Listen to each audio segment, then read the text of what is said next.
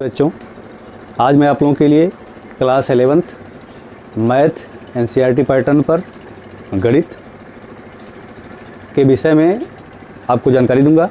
सबसे पहला काम क्या होता है कि क्लास 11th में हमें किन किन चैप्टरों के बारे में पढ़ना है, ये जानना ज़रूरी है। यहाँ आप देखेंगे क्लास 11th में मैंने यहाँ पर लिख दिया है टोटल कितने चैप्टर हैं जो आपको पढ़ने हैं। तो बेसिक जानकारी आपकी यहीं से शुरू होती है इंट्रो पार्ट में कि हमारा क्लास 11th में किन किन चैप्टरों को पढ़ना है मैथ बुक्स में एनसीईआरटी पैटर्न पर। यहाँ हमारा पहला लेसन जो होता है शुरू होता है समुच्चय से शुरू होता है, और दूसरा लेसन हमारा संबंध एवं फलन। देखिए यहाँ स्टेप वाइज यदि हम अध्ययन नहीं करेंगे तो हम अगले चैप्टर के बारे में कॉन्सेप्ट नहीं बना पाएंगे। सबसे पहला यहाँ जो समुच्चय दिया है, समुच्चय यदि जान जाएंगे तभी आप संबंध और फलन के बारे में जान पाएंगे। तो पहला लेसन हमारा समुच्चय हो गया, दूसरा लेसन हमारा संबंध एवं फलन हो गया, और तीसरा लेसन जो हमारा आ गया वो त्रिकोणमिति फलन। चौथा लेसन जो हमारा है गणितीय आगमन का सिद्धांत।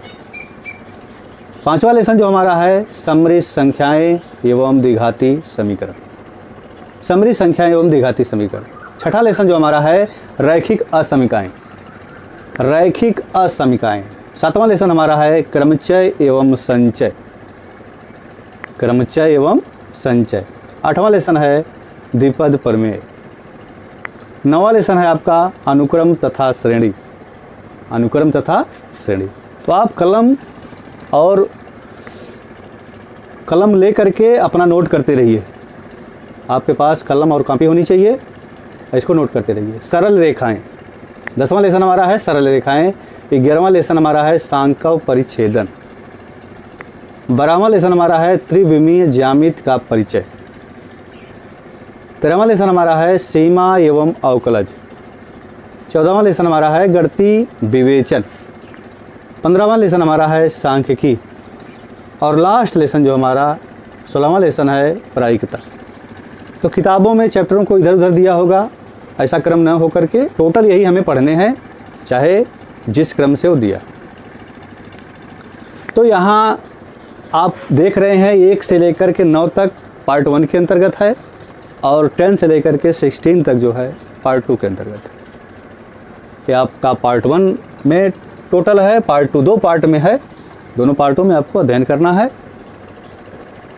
और अध्ययन करने से पहले कुछ बातें आप लोग अपने दिमाग में रख लीजिए। किसी भी चैप्टर के बारे में आप अध्ययन कर रहे हैं तो आपके पास नोटबुक और पेन ज़रूर होनी चाहिए। उन स्टेप को आप नोट करते चलेंगे तो आपका कॉन्सेप्ट बढ़ता चलेगा। यहाँ देखिए जो हमारा पहला लेसन समुच्चय है, अब इसके बारे में अब आप लोगों से चर्चा करेंगे। और समुच्चय जो है, सबसे पहली बात जो समुच्चय शब्द दिया गया है, समुच्चय, समुच्चय को इंग्लिश में सेट कहा जाता है। थोड़ा हम लोग इसके विषय में यहाँ चर्चा कर ले रहे हैं। समुच्चय जो हमारा चैप्टर है, इसका मतलब क्या है, इसका मतलब क्या है, समुच्चय का होने का मतलब क्या है। समुच्चय का मतलब एक तरह का समूह, समुच्चय का अर्थ है कि एक तरह का समूह। अब समुच्चय हमारा होता क्या है इसके बारे में जानना, जैसे समुच्चय की अवधारणा क्या है, समुच्चय के बारे में हम पहले से ही जानते चले आ रहे हैं। जैसे आपको कहा जाए कि क्रिकेट की टीम में कितने प्लेयर की आवश्यकता होती है खेलने के लिए, तो 11 प्लेयर की आवश्यकता होती है। यदि आपकी क्रिकेट टीम बनी है तो आपकी क्रिकेट टीम में कितने प्लेयर हैं ये तो निश्चित होगा, उनका नाम आपको पता होगा। तो उन प्लेयर, वो जो प्लेयर हैं उनको एक क्रम दे दिया जाता है। जैसे कहा जाए सप्ताह का नाम, सप्ताह का नाम आपको पता है, सप्ताह का नाम क्या होता है। महीनों का नाम कह दिया जाए, अंग्रेजी अक्षर के वावेल्स कह दिए जाएं, क्या होते हैं। तो कहने का मतलब जो समुच्चय है इसके बारे में हम पहले से जानते आ रहे हैं, लेकिन यहाँ हमारा इसका परिभाषा जो है आपको विधिवत रूप से जाननी है और इसके बारे में अध्ययन करना है। तो लेसन का नाम ही आपका है समुच्चय, और इसको हम लोग विधिवत इसके बारे में चर्चा करेंगे। अब यहाँ देखिए समुच्चय, समुच्चय की परिभाषा कही जाए तो समुच्चय है क्या। समुच्चय क्या है, ऐसे तथ्यों का संग्रह, ऐसे सुपरिभाषित तथ्यों का संग्रह जो कि बिल्कुल क्लियर हो, जो कि क्या हो, क्लियर हो। जैसे इसकी परिभाषा कही जाए तो सुपरिभाषित तथ्यों का संग्रह ही हमारा समुच्चय कहलाता है। सुपरिभाषित तथ्यों का संग्रह ही हमारा क्या कहलाता है, समुच्चय कहलाता है।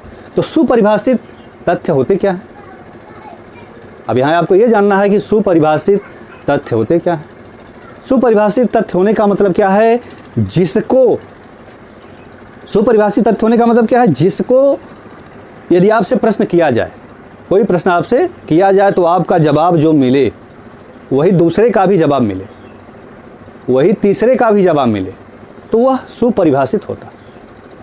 सुपरिभाषित होने का अर्थ क्या है कि वह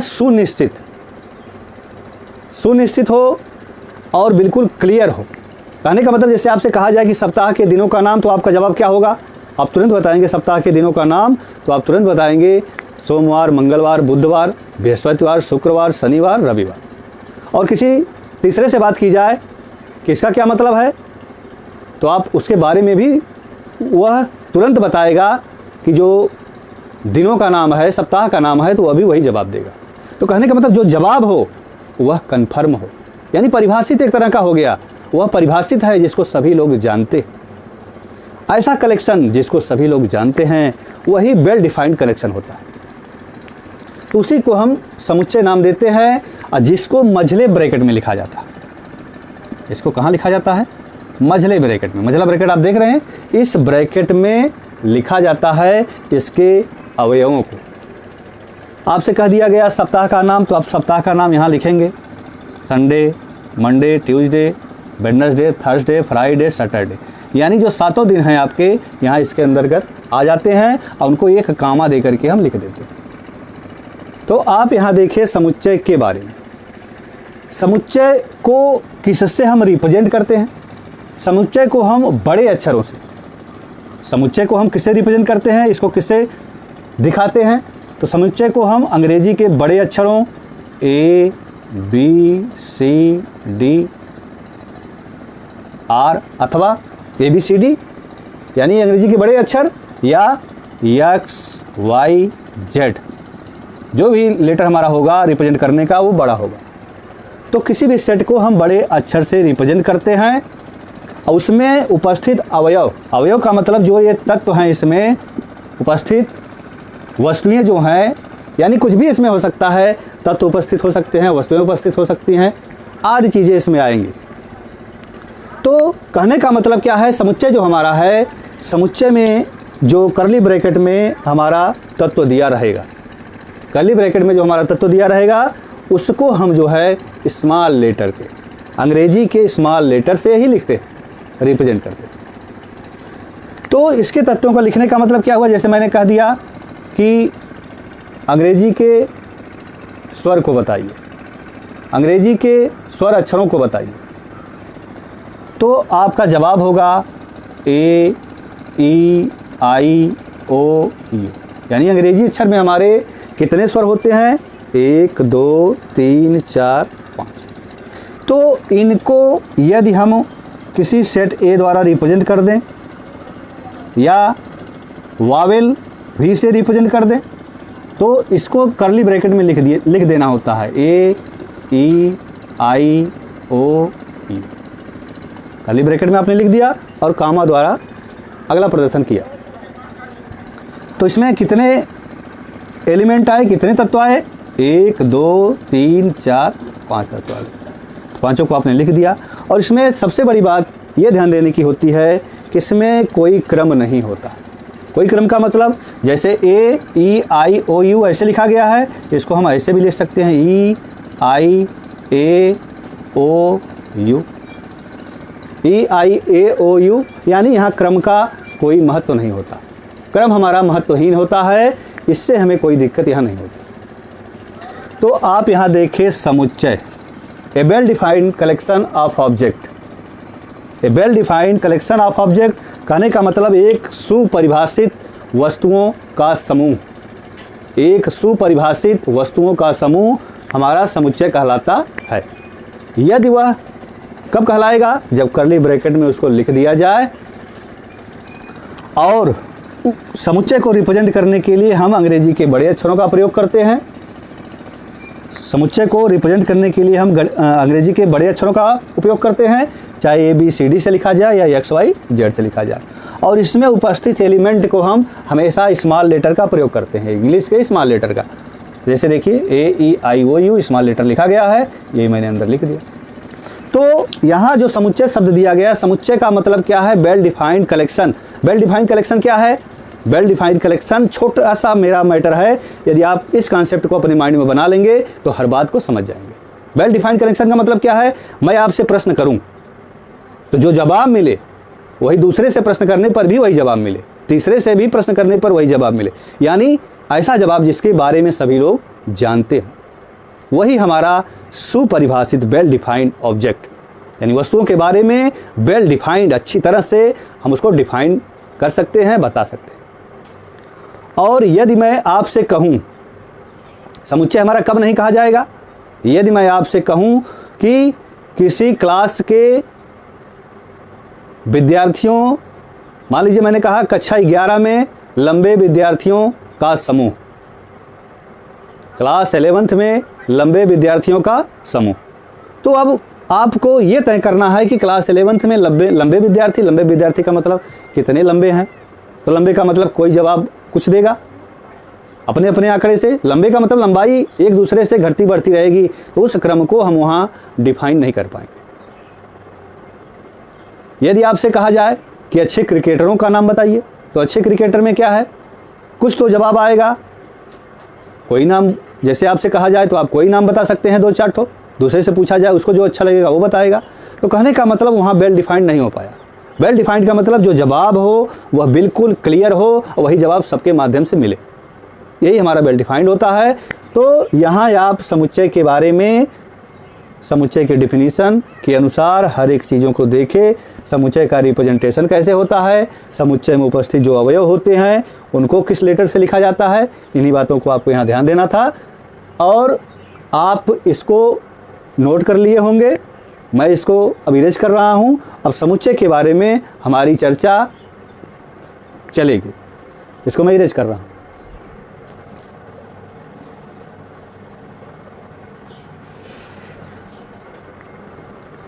तो यहाँ आप लोगों ने देखा समुच्चय की परिभाषा आप जानी ले कि एक सुपरिभाषित वस्तुओं का संग्रह जो है समुच्चय कहलाता है। समुच्चय को रिप्रेजेंट करने के लिए मैंने बताया ही है, आपने सब नोट कर लिया है। अब यहाँ देखिए एक चीज़, जैसे मैं कुछ एग्जाम्पल लेता हूँ और आपको एग्जाम्पल के माध्यम से मैं एकदम क्लियर करा दूंगा कि समुच्चय आप किसे कहेंगे और समुच्चय आप किसे नहीं कहेंगे। तो मैं आपसे उदाहरण के माध्यम से एग्जाम्पल एक लेता हूँ। एग्जाम्पल में देखिए, जैसे मैं आपको कहूँ कि आप अपने गांव के धनी लोगों का नाम बताइए, आप अपने गांव के धनी लोगों का नाम बताइए, तो आप अपने गांव के धनी लोगों का नाम, एक आंकड़ा यहाँ लेना है कि कौन धनी है और कौन धनी नहीं। तो आपके गांव के दूसरे व्यक्ति से भी यही प्रश्न किया जाए, तीसरे व्यक्ति से भी यही प्रश्न किया जाए, तो जो जवाब मिले, आपका जवाब, दूसरे का जवाब, तीसरे का जवाब, यदि जवाब हमारा एक हो जाए तो वह हमारा वेल डिफाइंड हो गया। वेल डिफाइंड का मतलब जिसको सभी लोग जानते हों, वेल डिफाइंड हो गया। वो हमारा जब वेल डिफाइंड हो गया तो वह हमारा एक समुच्चय के रूप का हो गया और उसको हम समुच्चय कहेंगे, जिसका दूसरा नाम कुलक समुच्चय कहा जाए, या कोई आपसे कहे कि कुलक क्या होता है, तब आप यही जवाब देंगे, समुच्चय या कुलक दोनों एक ही चीज़ें। तो जवाब जो आपका हो वह बिल्कुल क्लियर हो। अब जैसे मैं कहूँ कक्षा 11 के, कक्षा 11th के गणित पढ़ने वाले, गणित पढ़ने वाले छात्रों का समूह, छात्रों का समूह। यहाँ देखिए एग्जाम्पल में मैंने ले लिया कक्षा 11 के गणित पढ़ने वाले छात्रों का समूह। तो आपकी क्लास 11th में मैथ पढ़ने वाले कितने विद्यार्थी हैं? तो यह स्वाभाविक है कि आपको पता होगा कि आपके कक्षा 11 में गणित पढ़ने वाले कितने छात्र हैं। तो जो इसका जवाब होगा वो बिल्कुल ये क्लियर होगा। मान लीजिए 20 छात्र हैं तो 20 ही सबका जवाब आएगा कि क्लास 11th में जो मैथ पढ़ने वाले स्टूडेंट हैं वो 20 हैं, उनका नाम भी क्लियर होगा। तो इनको एक समुच्चय का रूप देना, यानी स्टूडेंट यस आपने लिख लिया। यस कैपिटल लेटर, मैंने कहा किसी भी सेट को हम अंग्रेजी के कैपिटल अक्षर से रिप्रेजेंट करेंगे। यस आपने लिख लिया। अब यहाँ कक्षा 11 के गणित पढ़ने वाले छात्रों का समूह है, तो जितने व्यक्ति हैं रवि, मोहन, यानी जितने स्टूडेंट हैं सब इसके अंतर्गत आ जाएंगे। कामा दे करके टोटल लिखेंगे और यहाँ बंद कर देंगे। ये चीज़ जो आपने देखा तो इसी को हम समुच्चय कहते हैं। जैसे मैं कह दूं कि महीनों के नाम, दूसरा मैंने कह दिया महीनों के नाम, यानी मंथ को यम आप लिख दिए और यहाँ मैंने कह दिया महीनों के नाम, महीनों के नाम। मैंने कह दिया, किसी स्टूडेंट से पूछा सोहन तुम बताओ महीनों के नाम क्या होता है, तो उसका जो जवाब होगा 12 महीने होते हैं साल में हमारे और उनका नाम आप सभी को पता है।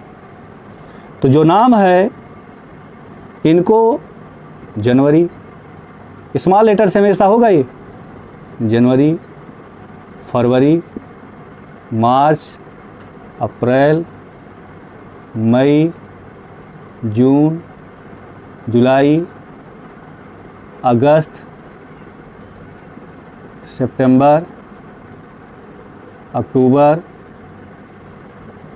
नवंबर और दिसंबर। देखिए ध्यान से, कर्ली ब्रैकेट के अंतर्गत आपने लिख दिया जनवरी, फरवरी, मार्च, अप्रैल, मई, जून, जुलाई, अगस्त, सितंबर, अक्टूबर, नवंबर, दिसंबर, 12 महीनों के नाम आपने लिख दिया। अब यहाँ एक चीज़ हमें ये देखनी है कि जो इंग्लिश का लेटर है वह दोबारा नहीं आना चाहिए। सेट में वेल डिफाइंड होने का मतलब जो नाम है जिससे मैंने उसका रिप्रेजेंटेशन किया है, अवयवों को लिखा है, यहाँ यम जो हमारा ये सेट है और ये जो है अवयव है। अवयव क्या है? ये महीनों के नाम को हमने इस लेटर में लिखा है, स्मॉल लेटर में। तो यहाँ देख रहे हैं जे एक बार आया, जे 2 बार आया, जे 3 बार आया, 1 2 3। तो जो अवयव होता है वह 1 बार 2 बार 3 बार सेट में नहीं लिखा जाता। तो इसको लिखने के लिए हम क्या करेंगे? 12 महीनों का नाम तो आप जान रहे हैं, लेकिन रिप्रेजेंटेशन इसका सेट तो है ही है ये, लेकिन इसका रिप्रेजेंटेशन यानी जे कई बार आए तो कई बार इसको लिखना नहीं है, इसको ओनली 1 बार लिखना है। जे आपने लिख दिया, यफ लिख दिया, यम लिख दिया, ए लिख दिया। अब ये देख रहे हैं एक बार यहाँ आया है और एक बार यहाँ आया, तो ये ओनली 1 बार होगा। यम भी 2 बार है, यस आ गया आपका, ओ आ गया, यन आ गया, डी आ गया। तो यह लिखने का तरीका हो गया। अवयव का रिप्रेजेंटेशन जो होगा वह केवल 1 बार लिखा जाएगा। इसको आप ध्यान रखिएगा। लिखते समय महीनों का नाम, मैंने कह दिया महीनों के नाम को आप सेट के रूप में दिखाइए। तो महीनों का नाम तो आपने लिख लिया, 12 महीने थे, लेकिन एक ही अक्षर से अवयव को रिप्रेजेंट आप किए हैं, वह कई बार नहीं आना चाहिए, उसको केवल 1 बार लिखा जाएगा। तो 1 बार आपने लिख दिया और ये क्लियर हो गया। तो इस प्रकार से लिखने का भी तरीका आपने सीख लिया और जो रिजल्ट हमारा हो मैंने बता दिया। एक ही शब्द केवल आपको समझ लेना है कि जो रिजल्ट हो वह सभी लोग जानते हैं, वही हमारा सुपरिभाषित है। तो जैसे मैं कहूँ कि कोई सेट मैं ले लूँ ए सेट में हमारे एलिमेंट हैं 2 4 6 8। ए सेट में अवयव हमारा है, जो समुच्चय ये है इसके अवयव क्या हैं, यानी इसमें शामिल क्या है, 2 4 6 8। तो इसको लिखने का तरीका क्या है? 2 जो है 2 बिलोंग टू, इसको बोलते हैं बिलोंग टू या एलिमेंट। 2 हमारा अवयव है किसका? सेट ए का। यानी 2 हमारा अवयव है किसका? सेट ए का। 4 यदि कहा जाए तो 4 भी हमारा अवयव है किसका? सेट ए का। इसके बाद 6 कहा जाए तो 6 भी हमारा अवयव है किसका? ए का। 8 को यदि पूछा जाए तो 8 भी हमारा अवयव है किसका? ए का। तो कहने का मतलब 2 हमारा ए का अवयव है, 4 भी हमारा ए का है, 6 भी हमारा ए का है, 8 भी हमारा ए का है। और यहाँ मैं कहूँ कि क्या 3 हमारा अवयव ए का है, तो आप तुरंत जवाब देंगे कि सर सेट में तो 3 है ही नहीं, अवयव में 3 है ही नहीं है, तो 3 हमारा ए का अवयव कहाँ होगा? तो जब हमारा 3 हमारा ए का अवयव नहीं होगा तो इसको नहीं लिखने के लिए इसको कट कर देते, नॉट बिलोंग, यानी यह 3 हमारा अवयव नहीं है सेट ए का। तो लिखने का तरीका क्या हो गया? यदि अवयव है तब ये बिलोंग टू लगेगा, अवयव नहीं है तो नॉट बिलोंग टू लगेगा। बिलोंग का साइन बना करके कट कर देते हैं, नॉट बिलोंग। यानी किसी भी सेट के अवयव को रिप्रेजेंट करने के लिए उसमें है तब ये साइन जरूरी है, और यदि अवयव नहीं है तो ये साइन जरूरी। तो यूनानी भाषा का ये ग्रीक अक्षर जो है, इससे हम रिप्रेजेंट करते हैं किसी सेट के अवयव को। तो आप यहाँ सेट के बारे में पढ़े, एग्जाम्पल के माध्यम से मैंने क्लियर किया।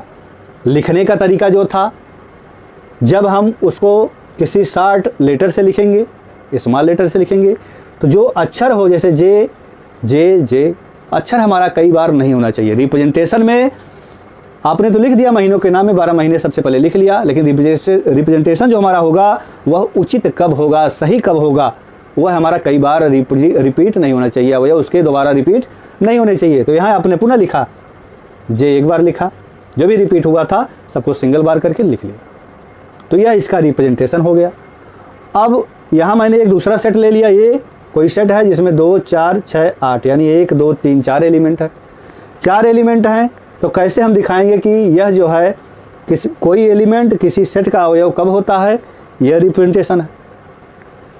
2 हमारा अवयव है ए का, 4 हमारा अवयव है ए का, 6 हमारा अवयव ए का, 8 हमारा ए का है। मैंने कहा क्या 3 अवयव ए का है? तो आपने कहा नहीं, 3 तो सेट ए में है ही नहीं, तो इसलिए यहाँ नॉट बिलोंग की साइन लगा दिया। तो आप यहाँ समझ गए होंगे कि किसी भी सेट के अवयव को कैसे प्रदर्शित किया जाता है, किसी भी सेट के अवयव को कैसे प्रदर्शित किया जाता है, कैसे हम उसको शॉर्ट फॉर्म में बता सकते हैं कि वह उसमें है कि नहीं। तो समुच्चय निर्माण जो हमारा समुच्चय है, इसको निरूपित करने की 2 विधियाँ, समुच्चय को निरूपित करने की 2 विधियाँ हैं। उन विधियों के बारे में अब चर्चा होगी, इसको आप जान ही लिए हैं। अब इसको हम करते हैं इरेज।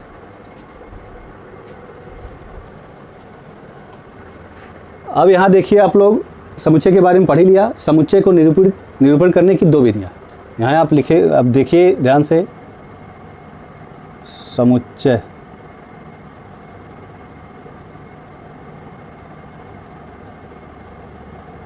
निरूपण, समुच्चय निरूपण, समुच्चय निरूपण करने की हमारी 2 विधियाँ। समुच्चय निरूपण यानी जो समुच्चय हमारा है इसको दिखाएंगे कैसे। तो समुच्चय निरूपण करने की 2 विधियाँ हैं। पहली हमारी है तालिका, तालिका विधि या सूची विधि,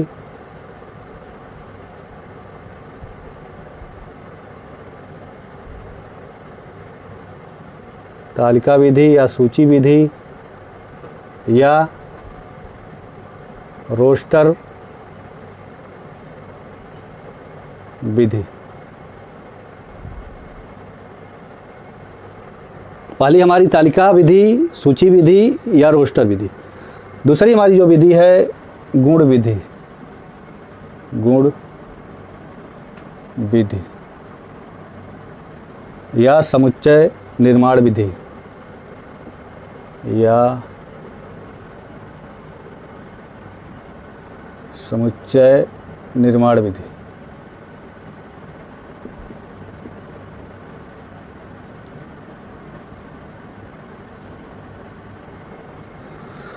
देखिए, मैंने कहा समुच्चय निरूपण करने के लिए आपका मैंने एक ग्राफ बना दिया। समुच्चय निरूपण करने की दो विधियाँ, एक हमारा तालिका विधि नाम दिया जाए, या इसी को सूची विधि नाम दिया जाए, या इसी को रोस्टर विधि नाम दिया जाए। तो तीन नाम से हम पहली विधि को जानते हैं, इसको ध्यान रखिएगा। तालिका विधि कहा जाए, या सूची विधि कहा जाए, या रोस्टर विधि कहा जाए। तो एक विधि हमारी ये हो गई, और दूसरी विधि क्या है, गुण विधि कहा जाए या समुच्चय निर्माण विधि कहा जाए।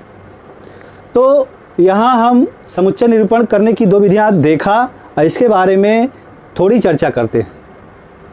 थोड़ी चर्चा का मतलब, जैसे तालिका विधि, सूची विधि, रोस्टर विधि है क्या। कोई सेट आप ए ले लिए और इसमें जो एलिमेंट हैं जैसे 2, 4, 6, 8, 10, कोई सेट ए मैंने ले लिया और इसमें एलिमेंट लिख दिया 2, 4, 6, 8, 10। तो ये जो क्रम दे दिया, अवयवों को प्रदर्शित कर दिया, यानी अवयव जो हमारे हैं यहाँ स्पष्ट दिखाई दे रहे हैं। जो सेट के अवयव हैं वो स्पष्ट दिखाई दे रहे हैं। तो जब सेट के अवयव स्पष्ट हमें दिखाई दें तो वह हमारी तालिका विधि या सूची विधि या रोस्टर विधि होती है। अवयव जो हमारे स्पष्ट दिखाई दें, कहने का मतलब इनको हम एक तालिका में लिख दिए हैं या एक सूची बना करके लिख दिए हैं, इसी को रोस्टर विधि कहा जाता है। तो यहाँ आपने देखा कि तालिका, सूची या रोस्टर विधि किसे कहते हैं, यानी कहने का मतलब जब अवयव हमारे बिल्कुल क्लियर दिखाई दें तब वो हमारा इस विधि में चला जाता है। और जब हमारे अवयव क्लियर दिखाई ना दे, कहने का मतलब ये लिख दिया बराबर करके, कर्ली ब्रैकेट बना दिया और लिखा क्या, यक्स सच दैट, यक्स एक सम संख्या है, सम संख्या है। यहाँ सेट को लिखा गया यक्स सच दैट, यक्स एक सम संख्या है। कहने का मतलब यहाँ गुण की बात की जा रही है। गुण विधि का मतलब जो ये यक्स है, यहाँ स्पष्ट नहीं है कि यक्स का मान क्या है, लेकिन यह गुण जो है स्पष्ट कर देगा कि ये यक्स है क्या। यक्स एक सम संख्या है, यहाँ ये कहा गया कि यक्स एक सम संख्या है। तो यक्स एक सम संख्या होने का मतलब क्या हो गया भाई, 2, 4, सम संख्या का मतलब जो 2 से विभाजित हो, तो 2, 4, 6, 8, 10। यहाँ जो कहा गया कि यक्स एक सम संख्या है, यानी 2, 4, 6, 8, 10 आगे तक जाएगा।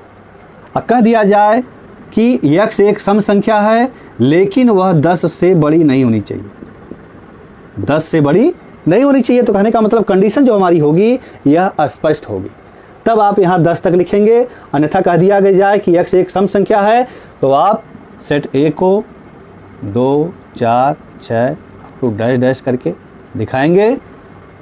डैश डैश होने का मतलब संग संख्या वो कहाँ तक गई है ये निश्चित नहीं। तो एलिमेंटों को निश्चित करने का मतलब एक बाउंड कर दिया जाता है कि उसके अंदर हमारे एलिमेंट होंगे। तो मैंने कहा यक्स एक सम संख्या है और 10 से बड़ी नहीं होनी चाहिए, तो आप लिख दिए, सीधी सी बात है, 2, 4, 6, 8, 10। यानी यक्स के गुणों के बारे में यहाँ आप जाने, यक्स के गुणों के बारे में यहाँ आप जाने, चाहे वो संख्या होगी चाहे जो भी होगा, यह हमारा गुण से जो है प्रदर्शन इसका किया जाएगा। जहाँ पर केवल गुण दिया हो, गुण विधि और समुच्चय निर्माण विधि में वो चला जाता है, और जहाँ गुण न दे करके स्पष्ट लिख दिया हो वह हमारा तालिका विधि, सूची विधि और रोस्टर विधि में चला जाता है। तो समुच्चय निरूपण की विधि में 2 विधियाँ हैं जिसके बारे में हम यहाँ थोड़ा अध्ययन किए। इसके बारे में हम विधिवत अध्ययन अगले वीडियो में करेंगे, इसको आप नोट कर लीजिए। और अगले लेक्चर में हमारा जो है इन विधियों का स्पष्टीकरण होगा,